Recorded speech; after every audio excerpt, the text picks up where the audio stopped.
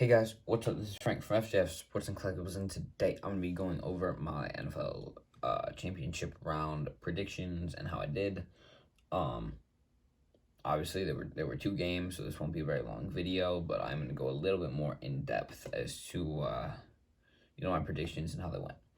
So first off, we had the Bengals and the Chiefs. Game went to overtime. It was an outstanding football game, very fun to watch. I had predicted that the Chiefs would win. I was wrong. I couldn't be more happy to be wrong. I'm very happy that the Bengals won and are headed on to the big game. Obviously the final score 27-24. Bengals Evan McPherson. Evan McPherson is probably one of, if not the greatest rookie kicker of all time. He has been very, very clutch all year. As far as I can remember, I've just seen him kick so many very, very crucial field goals. And had he not done as good as he had in this game, the Bengals would not be headed to the Super Bowl. I'm gonna say Super Bowl. I'm not a big enough channel. If they get mad at me, I really don't care. So take a look at some stats. Joe Burrow, he had 250 yards, 2 TDs, Mahomes, and a pick. Mahomes 275, 3 TDs, 2 picks. The yardage for both teams, pretty much everything really in this game was pretty even. Very similar first down numbers, very similar third down percentage. No fourth down attempts were made this game. Rushing yards were about 20 apart. Passing yards were 7 apart. So like the yardage and stuff like that, it's different by very, very insignificant amounts. The one thing the Bengals do have, they had 4 sacks for 39 yards. Chiefs, they had only 1 sack for 7 yards. So the Bengals O-line held up very well, or Joe Burrow just managed to run for his life and succeed a lot.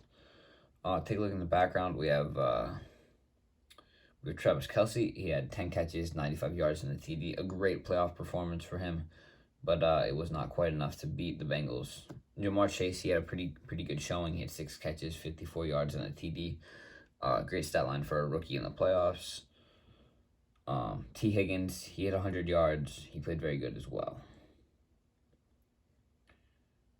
Outside of that, I can't really think of anything to say for this game, so we're going to move on to the other one. We have the Rams and the 49ers. The 49ers lost to the Rams 17-20. Another one-possession game. We all love those. It just has to be super, super intense and suspenseful. Rams, they made a fourth quarter comeback. They really did. They put up, let's see here, I think they put up like 13 points in the fourth quarter to come back and beat the 49ers. So it was a very, very good effort on their part. Matt Stafford had a pretty decent stat line, 300 yards, 2 TDs, a pick. Garoppolo 230, 2 TDs, 1 pick. Yeah. Elijah Mitchell didn't really do much. Cam Akers didn't really do much. Cooper Kupp, you see him in the background. He's on the right. He had 11 catches, 140 yards, 2 TDs. He played outstanding. But one thing I do want to take a look at is Deebo Samuel. I'm going to be taking a bigger look at this in my in-depth recap that will be coming out a little bit later today. But I think what he did was very good. So he had 4 catches, 72 yards, and a TD. He also had 7 rushes for 26 yards. Deebo played his heart out. He played his heart out all year. And he deserves all the recognition in the world for that. If you watched the game, you'll probably know a little bit about what I'm planning on talking about in the next video. So I guess if you know, then maybe you don't have to watch it, but I'd really appreciate if you did. Makes the numbers look a lot better if everyone watches all the videos. So if we take a look at some of the overall stats, we have a bit more of a lopsided game. The Rams were at least a little bit better in pretty much all of the major categories. First down, third down percentage, rush yards, passing yards, total yards. They didn't have any sacks, which is one thing. Both teams threw 1 interception. The 49ers apparently They had to punt a lot more. They had to punt 5 times. Rams punted once. I don't know how it was that close to a game, and there's that big of a difference in punts, but whatever. Penalties. 49ers definitely had more penalties.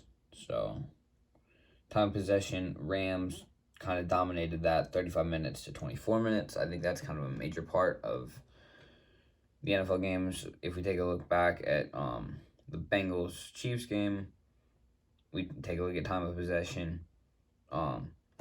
Bengals had 35 minutes and 56 seconds of possession. The Chiefs had 29 minutes and 42 seconds. The Bengals holding the ball that extra 6 minutes really made it so that the Chiefs offense could not get back on the field. And it gave them less of an opportunity to put up points, which they are just very, very good at. So, if you enjoyed the video, make sure to stay tuned for the next one.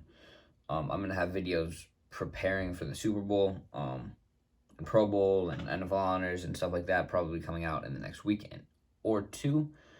And then, just like last year, obviously, much, much further in the future, we'll have videos coming out for the NFL draft and things like that. So stay tuned for all NFL news and football-related topics that come out. And also, as one other thing, I want to congratulate Tom Brady on his retirement.